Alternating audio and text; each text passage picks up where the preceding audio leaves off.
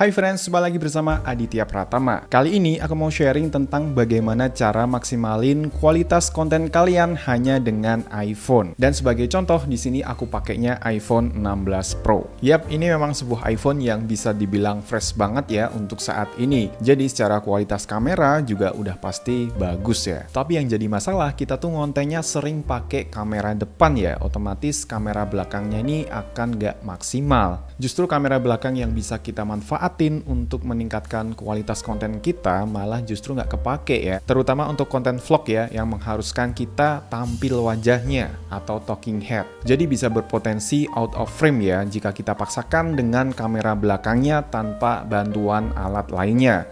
Dan malah nanti momennya nggak dapet. Kemudian footage-nya malah nggak bisa jadi kepake. Jujur itu masalah yang sangat menyebalkan banget ya. Dan bahkan itu pun bisa terjadi di kamera mirrorless. Nah, untuk bisa maksimalin kamera belakang iPhone kita, aku punya solusinya nih. Jadi sebulan lalu Simbol tuh kirimin aku dua produk ya. Salah satunya si Simbol CP5 Mini 2 ini yang sebelumnya juga udah pernah kirim versi pertamanya. Dan ini adalah versi kedua dari CP5 Mini. Nah, bagi yang belum tahu, CP5 Mini 2 ini adalah mini monitor yang bisa kita manfaatin untuk mirroring HP kita. Jadi kita bisa manfaatin kamera belakang kita dan kita bisa lihat langsung muka kita atau konten yang kita shoot ya. Dan sekarang kita langsung unboxing aja. Di dalam boxnya kita akan dapat unitnya, kabel USB, manual book dan service card, serta lanyard.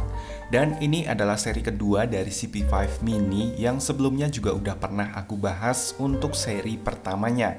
Kulihat di sini ada perbedaan yang bisa dibilang ini sebuah improvement yang cukup besar. Nah, perbedaannya dari segi form factor yang beda karena dari LCD-nya udah beda rasio. Diagonal layarnya sih jadi makin besar ya, jadi 2,4 inch yang sebelumnya 2,2 inch, memanjang gitu ya.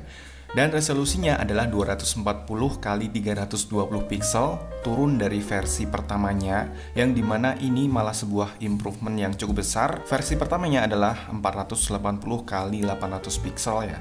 Kok ini malah jadi improvement ya? Jadi gini, punya resolusi yang cukup besar di versi pertama itu bahkan nggak berpengaruh ke hasilnya. Malah bikin baterainya jadi boros karena prosesornya bekerja secara ekstra dan secara ketajaman gambar juga terlalu over. Dengan diturunkannya resolusi di CP5 Mini 2 ini jadi 240 x 320 pixel, maka akan jadi lebih efisien dan tidak merubah dari sisi ketajaman gambar karena ini size-nya memang kecil. Kemudian di seri ini power consumption-nya juga turun jadi 1,2 watt aja, sebelumnya 1,5 watt, yang membuat daya tahan baterainya ini diklaim bisa sampai 4 jam pemakaian. Kemudian dari segi latensinya juga diturunkan jadi 60 ms, dari yang sebelumnya di versi pertama adalah 40 ms ya. Dan jujur ini nggak terlalu berasa ya perbedaannya, jadi ini juga akan menyumbang dari sisi penghematan dayanya.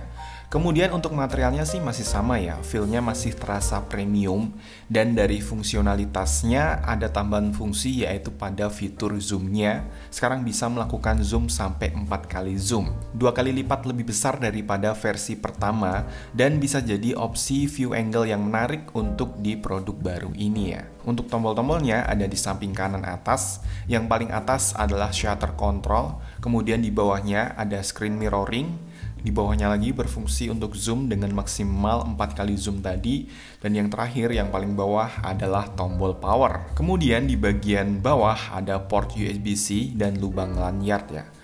Oke, untuk cara pairingnya ini juga cukup mudah ya. Pertama kita bisa nyalain wifi-nya dari iPhone kita. Kemudian kita cari yang namanya CP5 Mini 2 ya. Nah, ini dia. Kemudian kita akan diminta untuk masukin password. Kita masukin aja password yang ada di sini 1 sampai 8 ya. 1 2 3 4 5 6 7 8. Oke, kemudian kita okekan.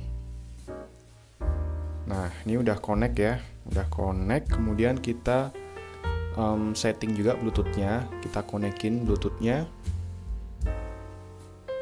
Kita cari juga di CP5 Mini 2 ya. Nah, ini dia. Kita pairingkan, kemudian udah connect ya. Oke. Lalu yang terakhir kita bisa pergi ke control center. Kemudian di sini ada menu namanya screen mirroring, kita pilih aja yang CP5 II ini ya. Cuman ada ini di sini. Oke, pilih ini dan ketika dia langsung connect ke iPhone kita ya. Nah, kayak gini ya. Kita coba gerak-gerakin dulu. Oke. Cukup bagus ya. Dan ini sangat berguna banget kalau kita lagi nge-vlog sendirian. Oke, ini adalah hasil kamera belakang dari iPhone 16 Pro. Yap, ini aku monitoring dengan simbol CP5 Mini 2 ya, dan hasilnya seperti ini ya untuk kamera belakangnya. Kalian bisa bandingkan dengan kamera depan dari iPhone 16 Pro ini ya. Oke, ini adalah hasil kamera depan dari iPhone 16 Pro ya. Hasilnya seperti ini. Kalian nanti bisa bandingkan dengan hasil kamera belakangnya, bagusan yang mana, detail yang mana. Nanti kalian bisa bandingkan ya. Dan di sini aku konekin juga dengan simbol CP5 Mini 2. Oke. Nah, sekarang kita jadi bisa maksimalin kamera belakang iPhone kita dengan menggunakan simbol CP5 Mini 2 ini. Untuk latensinya ini masih terbilang aman ya, karena fungsi utamanya menurutku udah berjalan dengan lancar. So far ini memudahkan banget dalam framing objek, terutama muka kita saat tag video ya. Dan secara ukuran ini compact banget dan mudah untuk dibawa kemana aja. CP5 Mini 2 ini juga bisa kalian manfaatin untuk motret momen-momen tertentu tanpa perlu bantuan orang lain untuk motretnya. Walaupun ini kecil, tapi ini powerful banget ya untuk maksimalin produksi video atau konten kita. Untuk harga di webnya adalah $29 aja ya. Ini sangat murah dengan fungsi yang cukup powerful tadi, dan nanti akan aku taruh juga link untuk pembeliannya jika udah ada di Indonesia ya. Oke, cukup sekian video kita kali ini. Aditya Pratama pamit and see you on the next video.